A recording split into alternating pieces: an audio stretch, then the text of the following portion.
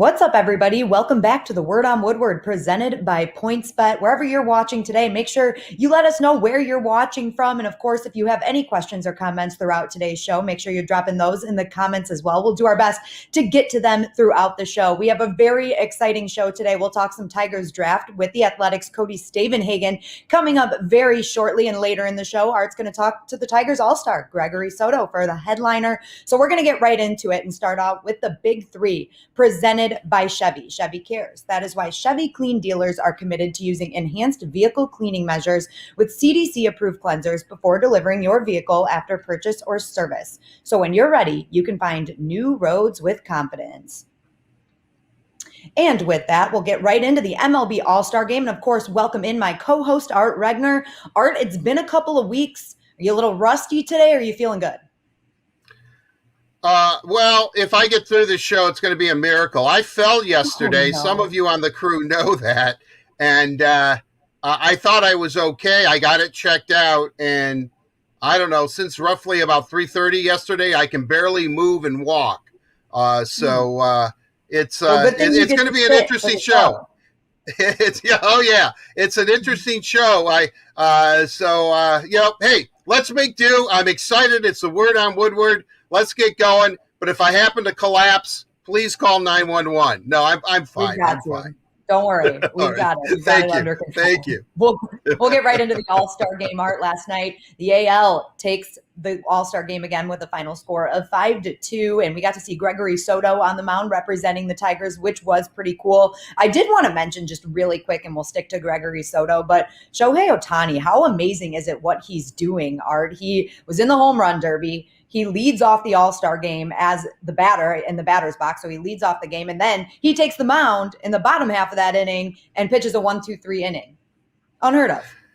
I thought it was. I think he's great. You know, he seems very unassuming. You know, I don't know. I mean, I remember the Tigers played him earlier this year, and he's pitching, and he's their best starter, and he's hitting home runs, and I'm thinking, wait. Are there two of them? You know, I mean, I had this concept, like, were they cloned? What was going on there? I think it's a wonderful story. I think it's one of the best stories in baseball, and I really think it's one of these stories that really rev up the fan base and really create interest in the game. And, I love it. I love the guy. I mean, I really, really, really enjoy watching him play, and it's amazing. It's literally amazing. Yeah, as Tigers fans, we don't get to watch him play often, so it was fun to watch him last night in the All-Star Game. And of course, like I mentioned, Gregory Soto took the mound representing the Tigers in that game. You got to talk to him last week, so we'll see that interview later in the show. And Carly Johnston will give us a more in-depth update when it comes to the Tigers and what we did in the All-Star Game. So we'll move on to the second topic of today's Big Three, which is a little NHL update, Art. And we are going to talk about the offseason because it's officially in full swing. Next week is the expansion draft. So 7/21 next Wednesday, July 21st, will be the expansion draft. And this weekend is the deadline for teams to get their protected lists in. So that's a big week for teams. And then, of course, next weekend, Friday and Saturday, the 23rd and 24th, will be the draft. So a lot coming up for the Red Wings. And, of course, the week after that, free agency starts. So it's a big 3 weeks coming up here. Well, yeah, certainly. I mean, I think the key is by 5 o'clock on Saturday, the 17th, the Red Wings have to announce their protected list or have to submit their protected list. The next day, on Sunday, that list will be released. We will know who's on the Red Wing protected list and who's not. I know we're going to get into it a little bit later. It's going to be 7, 3, and 1 for the most part. And they're going to release the schedule, and there's going to be 2. I just want to say this right now. I hope somehow they figure it out and they end up going to the Olympics next year. I think that would be I think it's great for the NHL. I really do. But we won't know till next week. Well, we won't even know. They're going to release 2 schedules, one with an Olympic break and one without. So it'll be interesting. Free agency. I mean, it's going to be a whirlwind. Once Seattle picks their team, there's going to be a lot of stuff happening in the NHL. A lot of rumors already surrounding the Red Wings, by the way. Yeah, and within these next couple of weeks, we'll definitely have a schedule or a look at the NHL schedule. So that's going to be an exciting thing for the Red Wings too. They're expecting a full 82 game schedule. So that will be definitely something that we will cover right here on the Word on Woodward. Now we're going to move on to our third and final topic of today's Big Three, which is the Tigers draft. The MLB draft took place earlier in the week, and the Tigers added 21 new players to their organization, and they had two first round picks, which were definitely the talk of the draft for the Tigers. You have right-handed pitcher Jackson Jobe out of Heritage Hall High School in Oklahoma. And then with their second pick in the first round, right-handed pitcher Ty Madden out of the University of Texas. We're going to talk a little bit more about all of these picks right now. I'd like to welcome in the Athletics, Cody Stavenhagen, the Tigers writer for the Athletics. So let's bring him in. Cody, we're really excited to have you again for Brush Street Beat presented by McLaren Healthcare. Thank you for joining us as always. Just to start this off, give us your overall thoughts of what the Tigers acquired in the draft. Yeah, happy to join as always. I think it was definitely an interesting draft up top, and I imagine we'll talk a little more about Jackson Jobe here in a second. But I think overall, if you really look at the top three picks, I think the Tigers got really good value getting Ty Madden there late in the competitive balance round, and then Isaac Pacheco. Some people had him tabbed as a first round guy. They get him there in the second. You could even extend that down to Dylan Smith from Alabama in the third round. I think a really good top of the draft, some very good value. You look at Madden and Pacheco, guys who could have major league futures for sure. And then deeper in the draft, it was very pitcher heavy, a lot of right-handed pitching for the Tigers. It sounds like that wasn't 100% intentional. They had some position players on the board who got drafted. It left pitchers as the best pick available. But the Tigers, it's weird to think about. We've spent the past couple of years touting their pitching in the system. Well, now that you have Mize, Manning, Skubal in the big leagues, it is time to kind of start rebuilding the pitching depth in the minor leagues a little bit. So hopefully the Tigers can accomplish that somewhat in this draft class. Cody, I'm looking at it. As you said, 21 players, 11 pitchers drafted, 10 of them right-handed. And I know there's more of an abundance of right-handed pitching than there is left-handed pitching. When you're left-handed like me, you know that you are definitely in a minority. But with all that said, I am not surprised that they went with Jackson Jobe, and I'll tell you why. Since the days of Dave Dombrowski, the Tigers always love power arms, power pitchers, guys that have high velo, I guess is how we say it these days, high velo, because if it doesn't work out, they're so attractive to other teams, you can move them, like an Andrew Miller for Miguel Cabrera. They unloaded Jacob Turner. I mean, they look at it as an asset, not only maybe to the team, but trading. So I guess I wasn't surprised. But what I was surprised about was that, and I know this is a long and involved question, but it really is spot on, especially when you're on pain meds like I am right now. The thing that's really beautiful about this is that I look at it and I watched that Major League Baseball, their top 100 prospects, but I watched it after the draft or after the first round. Jobe was 7 and Madden was 8. So Ty Madden going down is really, I mean, could he be the most ready? And our good buddy Jim Kalis was saying that Jobe is the best pitcher in the draft. I mean, how can the Tigers pass that up if you believe what the prognosticators say? I can't believe it. I think especially these two top picks, these guys are supposed to go in the top 10 and they get both of them. I mean, that's pretty good. Or am I just drinking the Kool-Aid? Oh man, remind me not to do any interviews on pain meds, but yeah, I think don't fall in the bathtub. That's number one. Do not fall in the bathtub. Definitely number one there. No, sorry to hear that. I think I appreciate it. I think the thing with Jobe, it's a pretty interesting discussion because he was somewhat of a late bloomer. He's he's a high school pitcher. The thing is, teams have just really shied away over the past 5 years or so from taking high school arms in the first round, particularly this early in the first round. That's because high school arms, just tend to bust more often than other players. Now, granted, the Tigers have had some success with like Rick Porcello in the past, and even Matt Manning now. They've also had some busts and some failures, as other teams had. But the Tigers, at the end of the day, trusted their scouts with Jackson Jobe. I think it became kind of a polarizing pick when Marcelo Meyer fell to number 3 and he was available, the shortstop that the Tigers were thought to really like.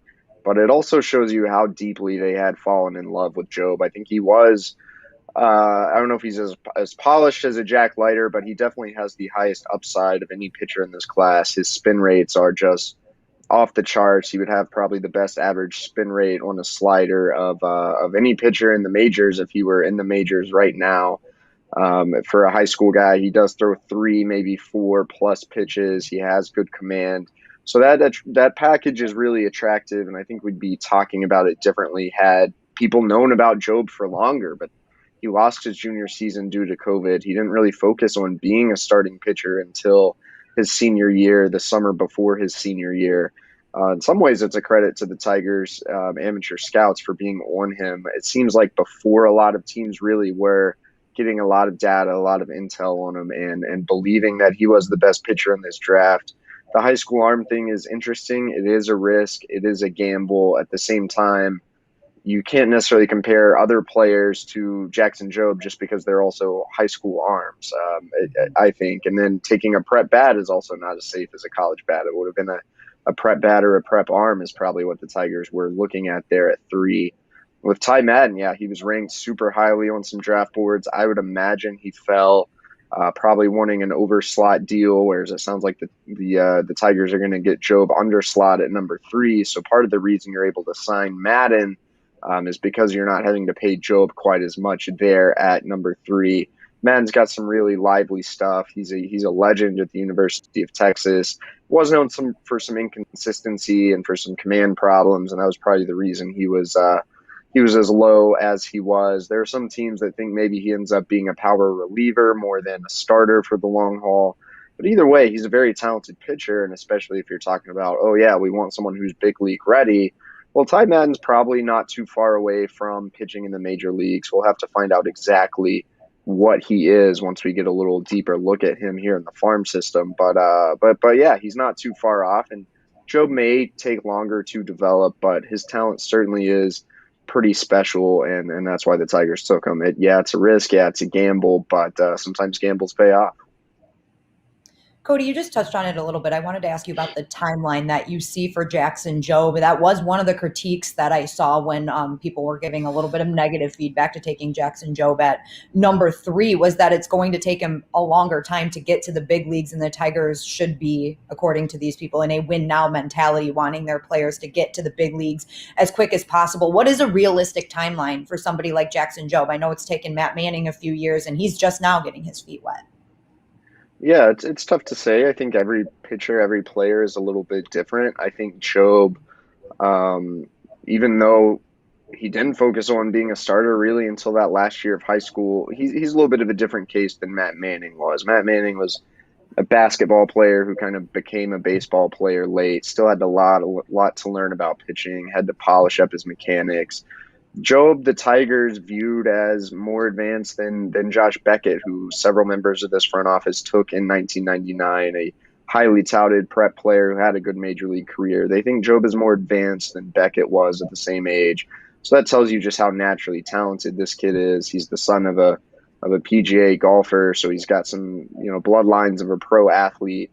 I think the big deal is he can throw multiple pitches. We're seeing Matt Manning at the big leagues still struggle to find his best secondary offering outside of fastball, whereas Jobe's slider is maybe better than his fastball. His changeup is really good. He started throwing a curveball that definitely has very good pitch data. He doesn't use it a ton right now. And he has a fastball that can hit 99. He's thought to have above average command, if not plus command for a high school arm. So that all bodes well, and that, okay, maybe it's not going to take him 5 years like it has Manning, who's still trying to find his footing a little bit. I think there are people who think, okay, can he be pitching in the big leagues in 2023 like Rick Porcello was 2 years after the draft? I don't know. I think that's a stretch. I think I would tend to be more cautious unless he's just really lighting it up. I think 2023 is very optimistic, but 2024, 2025, if all goes well, if he stays healthy, which is a huge question mark for any high school pitcher, there's no reason to think he can't be on a little bit of a faster track because the Tigers seem to think he's so advanced. That said, he's just 18. He's not going to be in the big leagues tomorrow. I think that was a concern that the Tigers had to talk about a lot in the draft room. Jack Leiter ended up not being available. He went to number 2. Kumar Rocker was still on the board. You could have drafted a college arm who might be ready in this so-called window of contention. The Tigers chose not to do that. And in a way, maybe it extends the competitive window if you're getting another plus arm, adding to your big league arsenal in 2025 or whenever it may be. Jackson Jobe will determine when he's ready. The kid hasn't even thrown a professional game yet, so it's a little hard to put in an exact timeline. Don't you think, though, Cody, that maybe the Tigers look at it and say, we're pretty strong pitching anyway. We can take a flyer on a Jackson Jobe. We can really do that. I mean, if he takes a little longer, so be it. Look who we already have in the system. I mean, I don't know. I would imagine that would be their thinking. But overall, what about this? And I say this affectionately, this Pachenko character. I mean, he also sounds like he also sounds like he's a legitimate prospect. He really does. I mean, were you surprised that the Tigers were able to nab him? Yeah, I was a little surprised he fell down there to pick 39. I think at The Athletic, Keith Law had him ranked number 22. I think he was number 30 on another top prospect list. So he fell a little bit. I don't know if it was signability or what, but I really like Pacheco. He drew some comparisons to Brady House, who was, the high school shortstop in the mix to go to the Tigers at 3. He ended up falling to 11. To I think the Nationals, but Pacheco and House have a lot in common in it.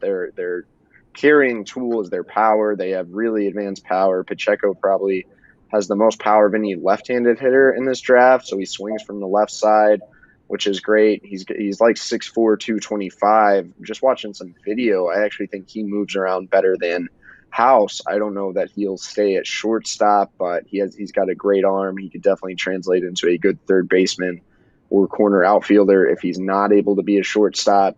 The concern there is the swing and miss, and I think some teams, that might have also been part of the reason he fell last summer after his junior year. He struggled a little bit on kind of the showcase circuit.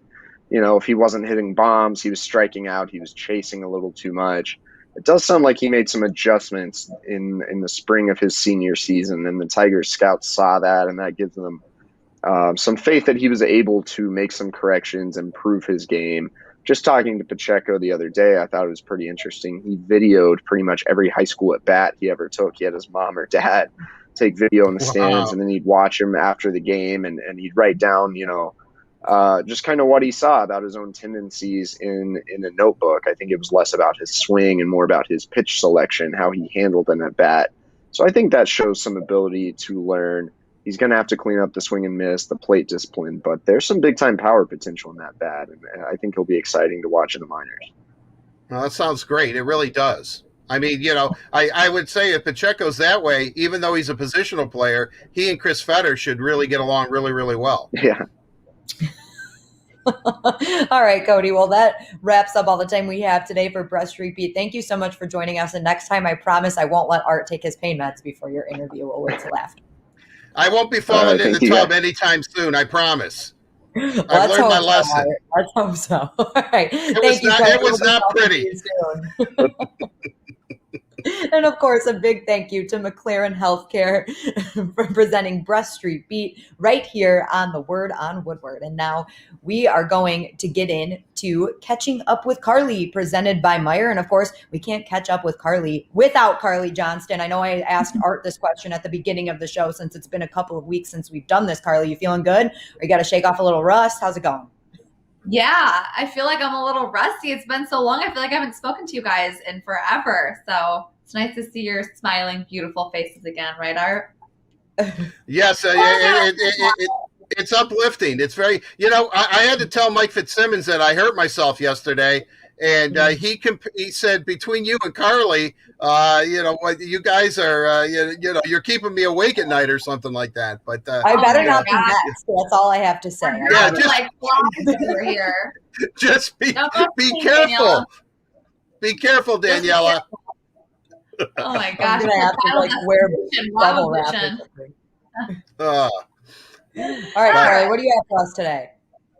I'm going to be talking a lot of baseball, a lot of All-Star Game action in MLB. Of course, we saw Gregory Soto pitching, so huge congrats to him being able to spend that weekend over there in Colorado. And we saw Riley Green and Spencer Torkelson shining in MLB Future Stars game on Sunday. So Torkelson started at third base for the American League and went 1 for 2 with a run scored, a single, and a walk. He also flashed the leather on multiple occasions. So great to see him making a splash in the future games. And Green started in center field for the AL All-Stars and went 2 for 3 with a run scored, a base knock, and a nice lunging grab from Riley Green. As we see a lot, he has a nice reach. We've seen that a few times out of Riley Green. We also saw Captain America, which, I'm not going to lie, you guys, not the biggest Marvel fan. So I know our social media manager, Andrew Kristoff's probably shaking his head right now. I thought Anthony Mackie was Falcon, but now apparently he's Captain America? I don't know. Someone help me out there. But he was repping he's a new one. What? That's a spoiler alert for me. So wait, I thought that what's his name? What's that actor's name? Chris Hemsworth? Captain America. There's so many like Chris Pine. There's so many Chris's.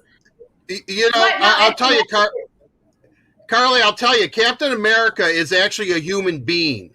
He's got the shield and he has some super strength serum, but he actually ages, and so Captain America had to retire, I guess, is I think what the storyline is. So they needed a new one. Captain America is actually a fascinating story. It goes back to World War II, but I digress. So I will, and I really can't talk with my hands here today, unfortunately, which I really do like to do, and it's just not going to work. We'll do it for you, Art.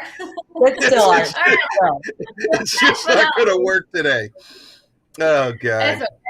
We're all I look like a troll. You can't move your hands. It's Wednesday. We're all struggling. This show is an outstanding show today. It really is. It always is. But I do want to talk this weekend. There's some fun surrounding the Detroit Tigers. They're going to have their summer baseball bash on Saturday, July 17th. You can get $5 upper level tickets. Like I said, I'm a little rusty. And they have a ton of fun planned. I'm very jealous that I won't be there. But I will be hosting Sunday's game, so if you want to come to the game, come on. But they're going to have people like Mickey Lilich. They're going to have Jim Leland. Craig Monroe is going to be there. I also heard Chris Osgood's going to be there. They're going to be signing autographs. First 10,000 fans will receive a Detroit Roots t-shirt, so make sure to get there early. So just a ton of fun surrounding the game against the Minnesota Twins. So don't miss out on that. You can go to DetroitTigers.com/bash and enter that coupon code their summer and get that awesome deal. And just a lot of fun. Hopefully the weather will hold out on Saturday. It's like a little opening day part 2, right? Like we're starting the second half of the season. Opening day. Yeah, so look at it that way, everybody, and definitely head down there. It's going to be a really fun weekend. Well, thank you, Carly, for all of those updates. That will wrap up Catching Up with Carly, presented by Meyer. And now we are going to get into Bet You Didn't Know. And of course, Bet You Didn't Know is presented by PointsBet Sportsbook, an official gaming partner of the Detroit Red Wings, Detroit Tigers, and Little Caesars Arena. And we mentioned that we're heading into the second half of the baseball season. We're going to look back at some standouts from the first half of the Tigers season. So, Art, why don't you start us off and start talking about that long ball, because it has been pretty impressive. Right. We questioned whether the Tigers were going to be able to hit for power this year consistently, going, after spring training and during the spring training season. Well, in April, believe it or not, at one point, the Tigers led the American League in home runs. However, Jonathan Scope was mired. And remember, he got to camp late and he was mired in a terrible slump. He was batting under 200. It just wasn't happening. He's taking an extra batting practice and all that. And so since that terrible stretch in the spring, he has hit 16 home runs. 16 home runs. And once he gets going, he's not going to stop, and he had 10 of those home runs in June. Now you're kind of wondering, well, what's the bet you didn't know about that? I mean, we're bombarded with those stats all the time. Well, I'm going to tell you, bet you didn't know that 11 of his 16 home runs are solo shots. So what does that mean? Tigers, get on base. Akil Baddoo, get on base. Robbie Grossman, get on base. Miguel Cabrera, get on base. Eric Haas, who's ever batting second, get on base. Because you've got a guy who's one of the hottest hitters in the game right now and definitely is making contact with the long ball. Jonathan Scope turns the season around. Now, I don't want to be a negative Nelly here, but he might look pretty good to some team here at the trade deadline, but hopefully that won't happen. We definitely don't want that to happen. No. We want to keep what we have good going around here. And one of the good we have going around here doesn't even make sense. But hey, we're rocking with it. It said to me. The Tigers' leader in stolen bases, who's Akil Baddoo. Yabba Dabba Doo. Are you right, Art? That's right. Yabba Dabba Baddoo. Yeah, there we go. There it is. Well, he has 13 stolen bases, which is good for 6th best in the American League. But we bet you didn't know that the Tigers have oh my gosh. Okay, I'm going to get together. So I don't know why we didn't do this before. Bet you didn't know. Bet you didn't know. Oh, that hurt. Carly, are you taking pain meds today too? What's going on? No, I just had a lot of coffee.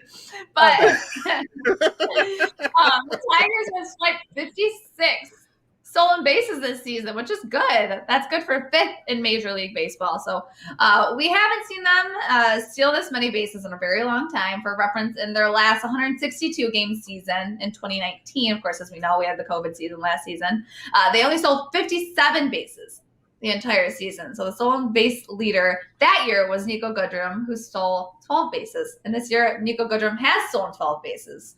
So you got to love the aggressive baseball we're seeing out of them this season. Tigers are on the up and up. I'm confident Akil Yabba Dabba Doo stealing those bases and stealing our hearts. Oh, wow. Whoa, wow. Consider my heart stolen. Carly, you mentioned the aggressive baseball. I think that says a lot about AJ Hinch's managing style, too. He's definitely a more aggressive manager. And yes, agreed. Totally something that we love to see. But of course, we're going to mix some pitching in here, too. Leading the Tigers in strikeouts is Tarek Skubal, the lefty, with 105 Ks and 88 and 2/3 innings. It's an impressive stretch, but not a stretch of the imagination, as his strikeouts per 9 innings in the past 2 seasons have been right around 10.5. But since this is Bet You Didn't Know, I bet you guys don't know the answer to this trivia question. All right, you ready? Oh, I do. Ready? I do. No, you don't. I know Art probably does. Art might have a better chance at this one, Carly. Not going to lie. But I bet you guys didn't know. I tried to be all cute and funny like you guys, and it didn't work. Anyway, do either of you know who has the Tigers' record for the most strikeouts in a season? You mean wait, striking out as a batter or striking out the opponent? We're talking about Tarek Skubal, who threw the most strikeouts, a pitcher who has the most strikeouts in a season ever for the Tigers, who holds the record. I got to say it's Mickey Lolich. Carly, do you have a guess? do I have to guess something different than Art? No, if you agree with Art, that's fine. I would definitely agree with Art on this one. I'm going to agree with Art on this one. Mickey Lolich is going to be my final answer. Art is correct. It was Mickey Lolich. Carly, that means you were correct too. 1971, 308 strikeouts. He's also a lefty, so maybe Tarek Skubal's on his way to that record, you think? I don't think so, but maybe. I feel like I'm like the Rodney Dangerfield of this show. I get no respect at all. I mean, that was a very easy question for me. Whatever. Wow. Sorry that you're a little older than Mickey us. Lolich, come at me a little harder. I'm even playing hurt today. I should be on the DL. You want me to make you 60-day DL. Real old, Art? You want me to make you feel real old? My parents were 3 years old in 1971. Yeah, well, I was in junior high school, rooting my Tigers on. Go Tigers, go, buddy! And Mickey Lolich, the pot-bellied left-hander. He used to do commercials when they won in '68.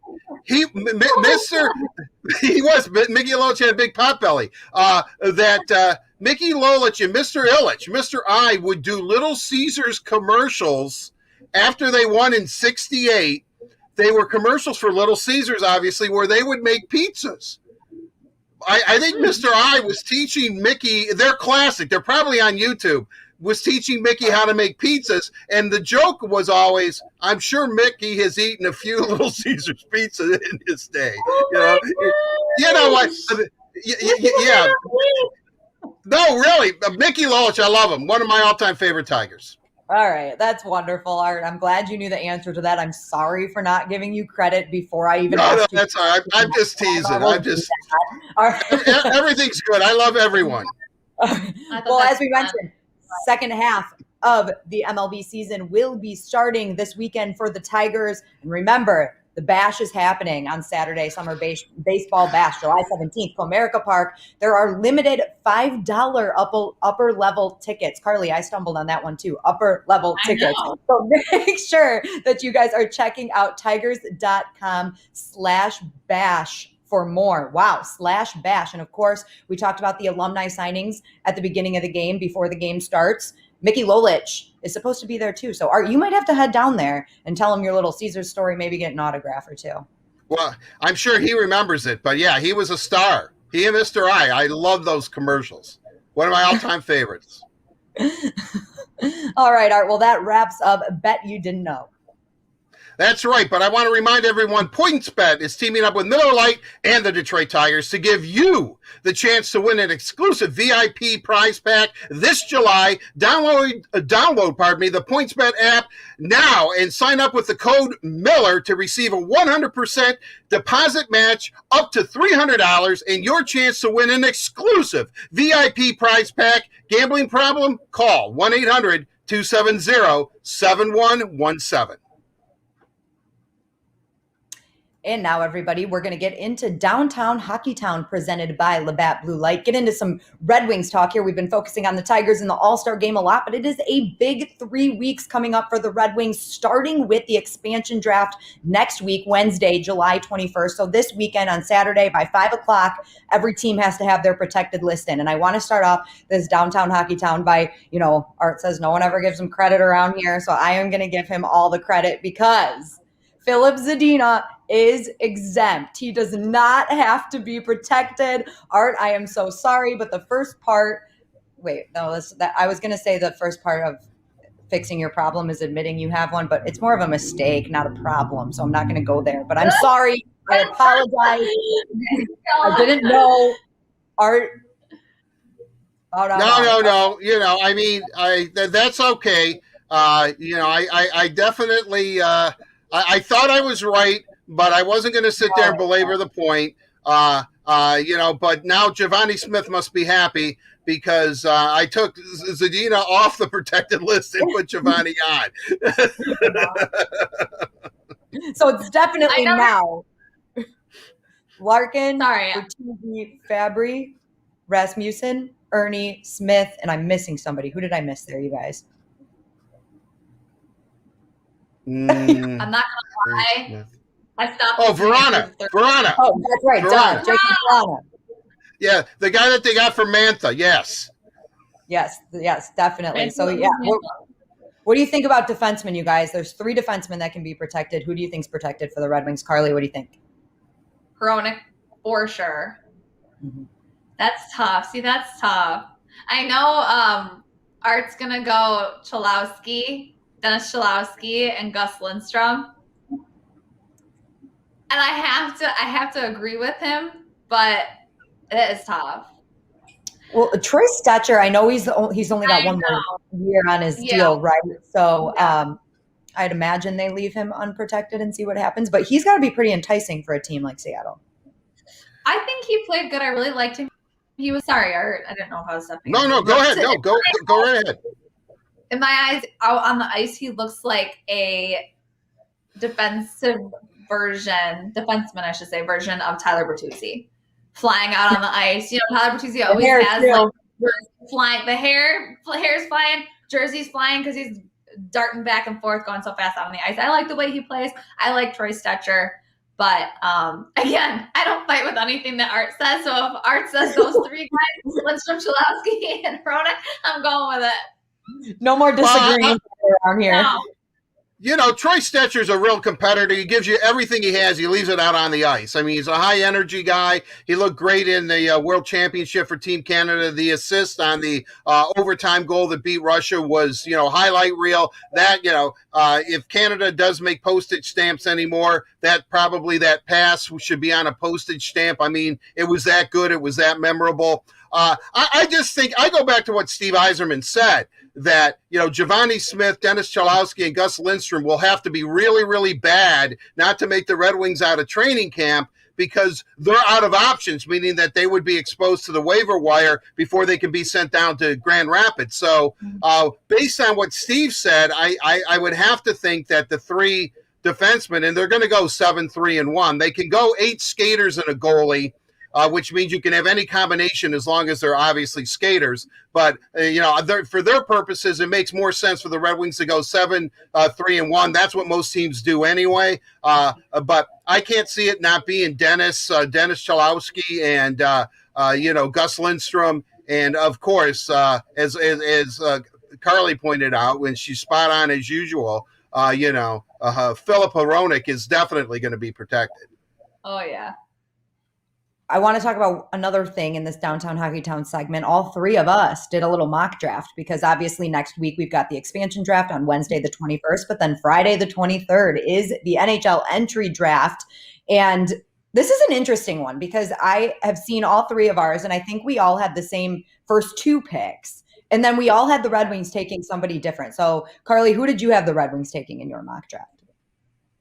Centerman Mason McTavish. He has good point production, so I really liked him. He played really well in the tourney games in the under-18 world. He's a really good two-way player. He's quick, and he's a pure goal scorer, and I think that's something that the Red Wings really need. We saw that with Jacob Vrana, I think, at the end of the season there. But you can't just rely on one guy to score every goal for the whole season for one team. So I think, well, again, I believe we won't see anyone we draft next year. We'll see them in the next couple of years with development and everything. But I think that his game will translate well to smaller ice, because he's really quick and he has good. I don't know what this was. Quick. He's really quick. He has good. He's really good edge work. Really good agility. I think he'd be a really. We know that the Red Wings need a center. So down the line, I think McTavish will be the guy that Yzerman picks. So. Isn't that kind of like you click your hands like that, and notice I'm using my right hand, so I'm not very coordinated. It's like, yeah, you go, girl. You go, girl. Yeah. Way to go, Car. You go. Except for he'll be quick out on the ice. Bam, bam. Thank you, ma'am. There you go. Fingers in Z formation. Right.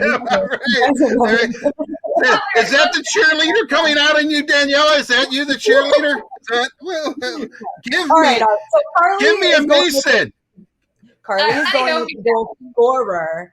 You, I know, picked a player that would be at the opposite end of the ice. Who do you think the Red Wings are drafting at 6? Well, I think it's going to be Jesper Wallstedt. And the reason I think that, especially now that it's highly unlikely the Red Wings are going to sign Keith Petruzzelli, who they have to sign by August 15th of this year, or else he becomes an unrestricted free agent. It's really convoluted. He can go back to college and all that for a 5th year. And, Red Wings would still retain his rights till August 15th of 2022. Whether that happens or not, I just don't think that there's going to be a happy marriage between Petruzzelli and the Red Wings. So I think it's going to be Jesper Wallstedt. Maybe I'm a little bit infatuated with his numbers, but 18 years old in the Swedish Hockey League, winning the starting job. Granted, he lost it, but winning the starting job during that season, talking to Joe Veleno, the pressure on these on the SHL teams to remain and not get relegated down to the Alphonskin is huge. So there's a lot of pressure in that league. And I just think that what Wallstedt was able to do against men, and that's the difference. People say, well, how about Kosa, his numbers? Well, Kosa was playing in the WHL. He was playing a limited schedule against WHL teams, all kids roughly right around his same age. Wallstedt was playing in a men's league. He was playing against men, full-grown, full-bodied, and I really can't move my left arm, so I shouldn't be doing that. But with that said, I think that that Wallstedt is the guy because I think that Steve has some hidden gems later in the later rounds that only he knows about, and he's going to pluck some guys. That's why I think he goes with the goalie. He's comfortable with that pick at 6. And they need one. Right. Red Wings need a goalie in their system. I mean, a really bona fide prospect in their system. Jesper Wallstedt, take it to the bank. Take it to the bank. All right. Well, in case you were wondering who I picked after all of that, Art, that was great. You really sold me on Jesper Wallstedt, so maybe I made the wrong choice. But no, I'm just kidding. I went with the winger, William Eklund, as the 6th overall pick to the Red Wings. And we know the Red Wings like their Swedish wingers, right? Okay, so that was a big part of it. And I do realize that Eklund is going to have to fall to 6, which may not happen, but in my mock draft, it happened. So you can check out all 3 of our mock drafts on Red Wings social media because they were all different, very interesting. But I do want to give one more honorable mention because Kent Johnson, we heard from Mel Pearson himself on the Word on Woodward that we should not sleep on Kent Johnson, another center. Carly, like the center at the 6th pick, don't sleep on him. Okay, and I'll wrap it up there. Check out our mock drafts on Red Wings social media. Carly, we'll see you in a little bit. Guys, make sure you're putting your questions, thoughts, comments anywhere you're watching. We definitely want to try to get to them and let's socialize later in the show. And that does it for Downtown Hockey Town, presented by Labatt Blue Light. Labatt Blue Light, refreshing Canadian Pilsner. Visit your local retailer when safe to pick up some Labatt Blue Light. And now we're going to get into the mailbag delivered to you by Little Caesars. Today, we're going to have 2 questions for Art. So I hope Art's ready to answer all of these burning fan questions. We'll get right into it. The first question of the day, Art, is from Sam from Milford. And he asks, since May, the Tigers have been playing .500 baseball in the second half of the season. Do you expect this to continue? A few things are going to have to happen because we know that I believe Skubal still is going to get on some sort of pitch count or innings like Mize is going to be. Manning comes up. Will he be able to figure it out? Although I've been pretty impressed with Manning. I know he had the rough outing there just a few weeks ago. But I think it all depends on if Matt Boyd, if Spencer Turnbull, Michael Fulmer, hopefully, if those guys can come back to supplement the innings that are going to be taken away from some of the young pitchers, and also what the Tigers do at the trade deadline. I mean, Jonathan Scope could be really, really attractive. You're taking away a lot of power at that point. And who knows, maybe a Boyd, maybe a Turnbull. I'm not saying they're going to be traded, especially when they're hurt, but people are going to be inquiring to the Tigers about some of their players. So, I as much as I think they're capable, and I think A.J. Hinch is the manager that can actually do it and lead them to, I don't know if they're going to be a 500 club at the end of the year, but could they play 500 baseball? I think it's possible, but there's a lot of unknowns, and a lot of it has to do with health, and a lot of it has to do with who's going to inquire about what players and what the Tigers do at the trade deadline. So at this point, it's a very unsteady. Yes, but things are going to have to fall right for the Tigers, especially hopefully Boyd, hopefully Turnbull and Michael Fulmer. Those guys can come back. Soto can keep doing what he's doing. Cisnero, Funkhauser has been a godsend, really. I mean, he. Funkhauser's going to Funky Town right now. I mean, he's pitching as well as he can be ever, So, they have a lot of good signs. Baду, I think, is going to keep doing it. So I like what I see, but there are some factors. And don't forget that pitch count with Mize and Skubal and, perhaps Manning, that could come into play.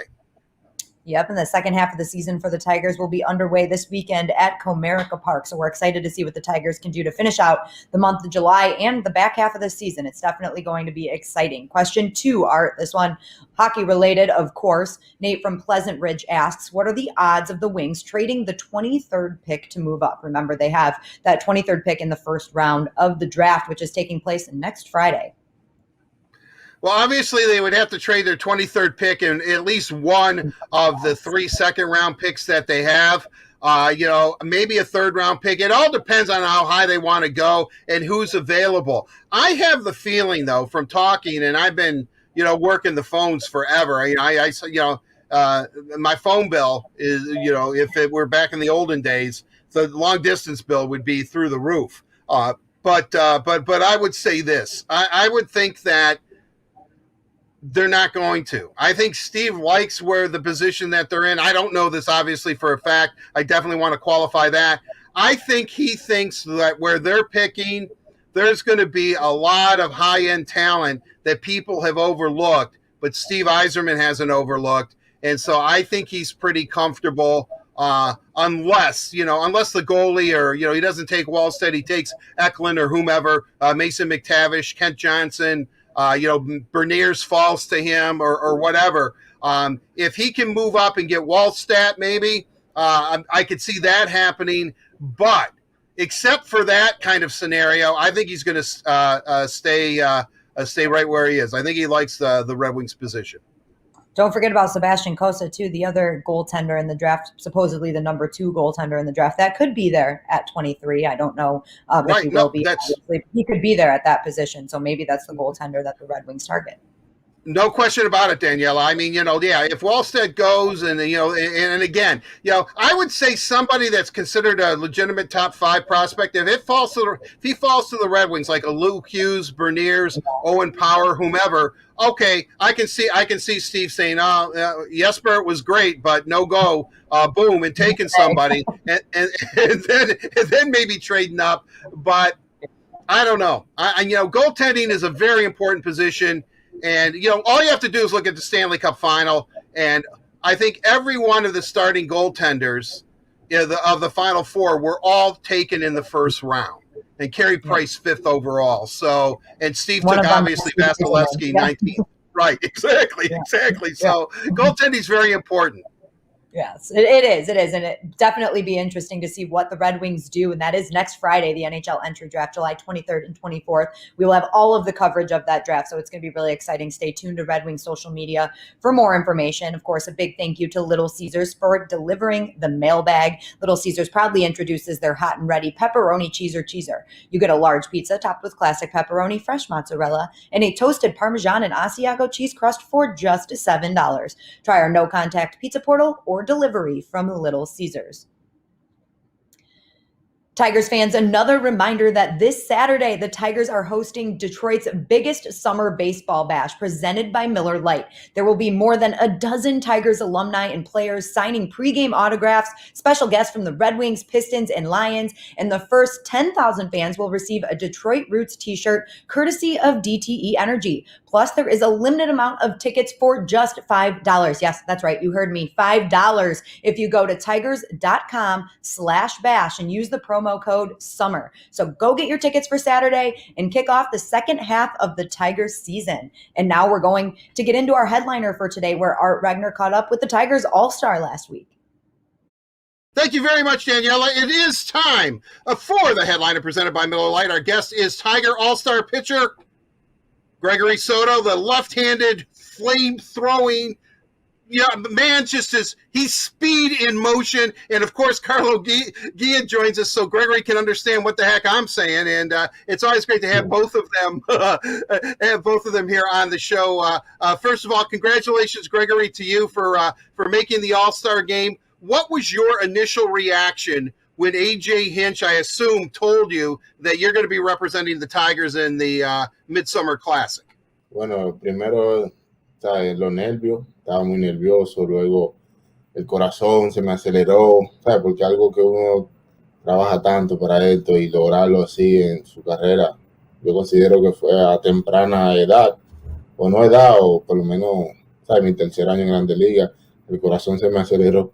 It was I was excited, I was nervous, and my heart was beating so fast because you work so hard all over the years and making it on such a young age, maybe not such a young age, just on my third year in the major leagues, it kept my heart super fast. We heard that there was a huge celebration with your teammates that as happy as you were, they were actually happier for you. What was that like to have that reaction from your teammates when you were named an All-Star?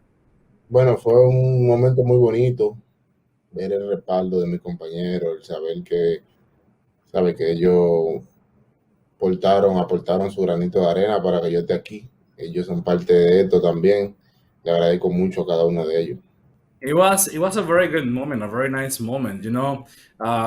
Having their support and knowing that they did all the small things for me to be here and for me to be receiving this opportunity to be representing the team in the All-Star game. It's something that is priceless. I know originally you were a starter, and I know you have a two-seam fastball, four-seamer, a slider, and a little bit of a changeup. How much of a benefit is it that you were a starter first and then became the ace of the Tigers bullpen, if I shall say, to have that arsenal of pitches? Does that help you out being a reliever where you just don't rely on one pitch, even though the one pitch you would rely on, that fastball, is outstanding? ¿Qué te digo? No tiro cambio, en realidad no tiro cambio. Este año solamente tiro recta y slider, two seam y four seam. El four seam son algunas veces se me hace como quarter, pero mayormente es la que uso para atacar los bateadores arriba, mi recta alta.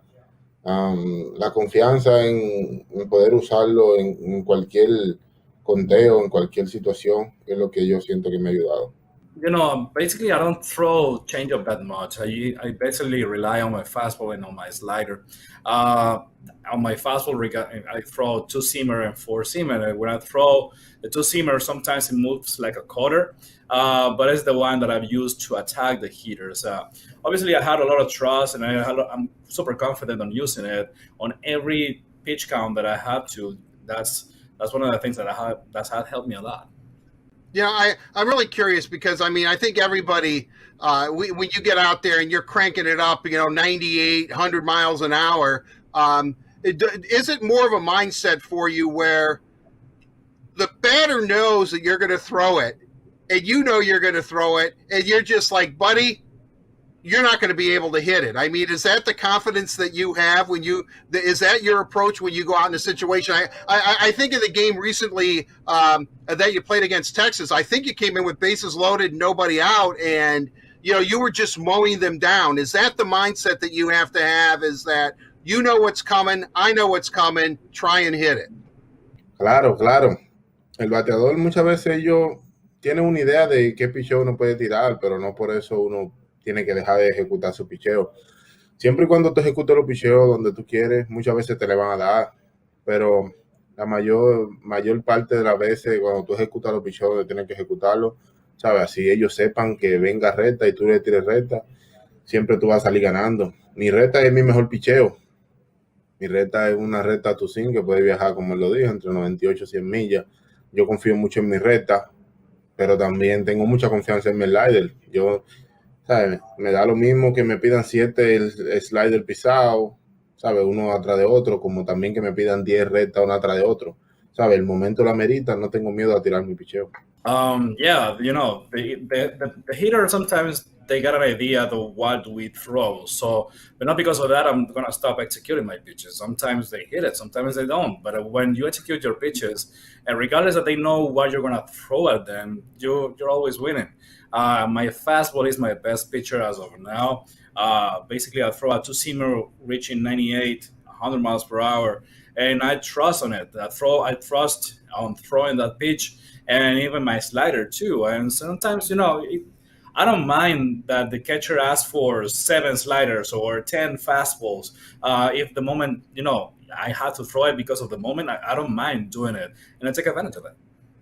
I'm kind of curious. I mean, you're used in all situations. It's almost closer by committee that the Tigers. But if there's a left-handed hitting lineup coming up or heavy left-handers, AJ Hinch will go to you in the 7th inning, or sometimes maybe the 6th, or or the heart of the lineup, and then obviously to close games. Do you like this the way the Tigers bullpen, the way AJ uses you guys, where all of you are almost bullpen by committee, closer by committee? Muy bien, me siento muy bien física y mentalmente porque eso nos da confianza. Él sabe que podemos hacer el trabajo en cualquier inning. ¿Sabe? Ya él tiene la idea de que podemos hacer el trabajo en el 6º, como en el 7º, como en el 8º, como también estamos acostumbrados a hacerlo en el 9º. Entonces esas son cosas que solamente cuando él nos dé la pelota, sabe, hacer el trabajo. Porque por eso él está depositando su confianza en nosotros.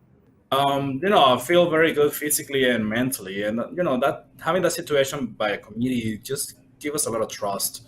And of course, the manager knows that we do the job, and regardless of what inning are we supposed to throw, and if it's in the 6th or the 7th or the 8th, or even we're getting used to throwing the 9th also. So those are the things that when he comes to us and gave us the ball to give us the opportunity, we're already set for doing that thing. Well, you make the most of the opportunity. It's wonderful to watch you pitch. Gregory, I don't know if you remember the last time we talked, but I am a big fan of your hair. I love it, and I know that it was orange and it was blue, and I'm kind of wondering, are you superstitious about it? I mean, if you're riding a hot streak, will you keep the hair orange? Or if, unfortunately you give up maybe a run or two, you change the hair, and will you do something special for the All-Star Game? Will we see a new style from Gregory Soto? Sabe que me gusta en el momento, pido opiniones y me lo doy. Lo que pasa es, lo he cambiado más constante y ya me lo he dejado negro porque los colores maltratan mucho el pelo y se me rompe mucho el cabello. Entonces, como estamos jugando ahora mismo, no tenemos mucho chance, ¿sabes? De encontrar a alguien que te pueda siempre estar arreglando el cabello. Entonces, para el All-Star Game, yo quería darme un color, pero en realidad no tuve, ¿sabes? No tuve el tiempo porque al no saber que iba y solamente con una semana tenía que buscar a alguien bien que me haga algo bien. Por eso mejor decidí dejármelo negro. I'm not a superstitious guy. I don't believe that much on it, but it depends on the color that I like in the moment. That's the color I have with my hair. I sometimes ask for opinions. People give me their opinions. What color should I wear?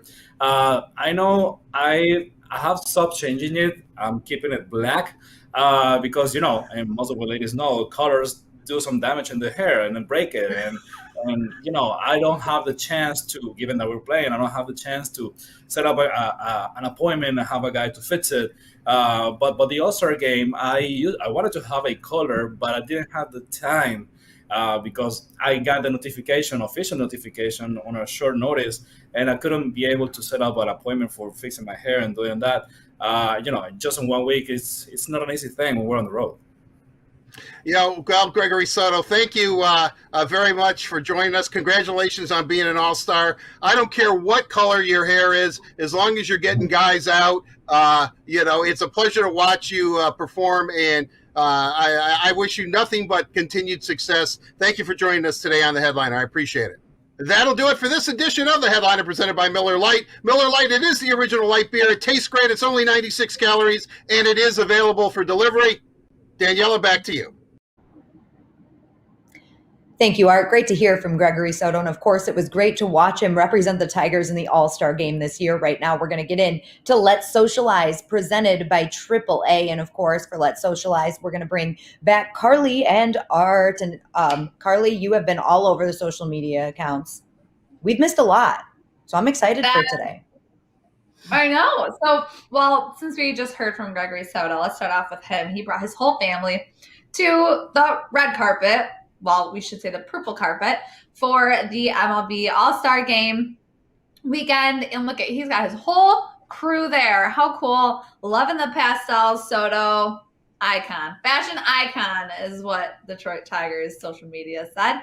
And then also on the purple carpet was none other than Pause. Feeling like a hot feline out on the purple carpet. Can't talk right now. I'm doing hot mascot stuff. That caption got me, but happy to see the people and the Tigers representing the Tigers out at All-Star Weekend. So awesome. Happy for them. And also happy for Mike Modano, who had a brief stint with the Detroit Red Wings back in the day. He's now golfing. So he got a double eagle, the first ever at the AC Championship. Huge congrats to him. So I guess I don't know a lot about golf. I feel like my dad would cringe if he heard me saying this. But I guess, look at that, beautiful. Double eagle. It's a double eagle in the States, but it's an albatross everywhere else. Some kind of bird. I don't know. To be completely honest with you, I've never heard that term until you just told me. So, yeah. What, double eagle? No, the other one. Obviously, I've heard double eagle. Albatross? Yeah. Yeah, I never have either. I just don't know golf, so I know eagles, birdies. I live with a very big golfer, and I feel like I would have heard this term. I'm gonna do some research. I'm gonna have to do some background on this one. Is the golfer Canadian? No. Or American? American. So double eagle is what we say, right? It's kind of like we're not on the metric system. Americans are different. We do our own thing, man. I saw something recently. I think it was a TikTok, and it was a guy who said, instead of weighing yourself in pounds, you weigh yourself in kilograms, so it looks a lot lower. That's what you said on the scale. Looks like you lost a lot of weight. That's exactly what I'm going to start doing. Thank you, Carly. Hey, I wanted to say, Soto, don't you think he is a fashion kind of maven? I mean, he didn't have time to do his hair, but that silver glove was pretty sweet he had last night in the All-Star game.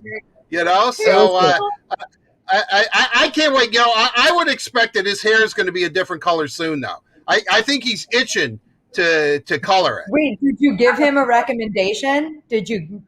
What color do you think he should go with, Art?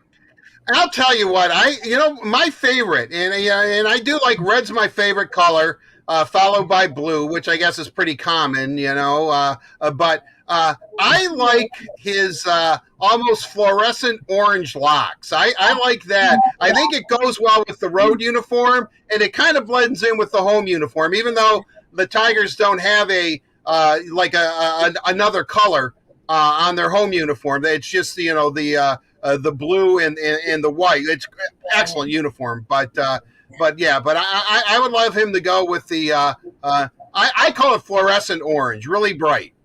What if he went orange and blue? That would be sick.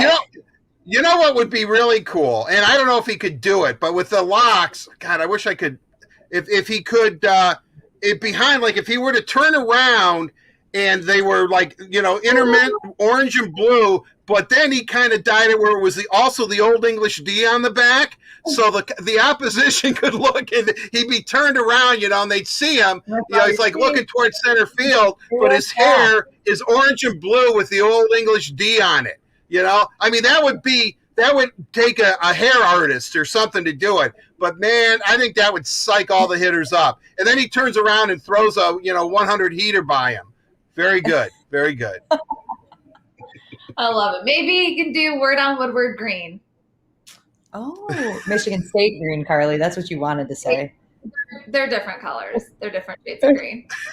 At least State has a consistent green now. They used to show up in Ann Arbor and play Michigan in various sports, and their greens never matched. Some of it was Kelly green, some of it was Warren green. Are you always finding something negative to say about Michigan State? No, I like their green.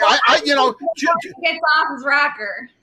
Your colors are green and white. Decide on a green and just go with it, and they finally have. So I compliment Michigan State. We like all hues. We don't yellow. They're not maize and gold. Okay. Maize and blue. Maize and blue. They're literally yellow. It's yellow. It's not maize. It's freaking yellow. It's yellow. Maize, the color of corn. What a great what two great colors. You know when Michigan's showing up.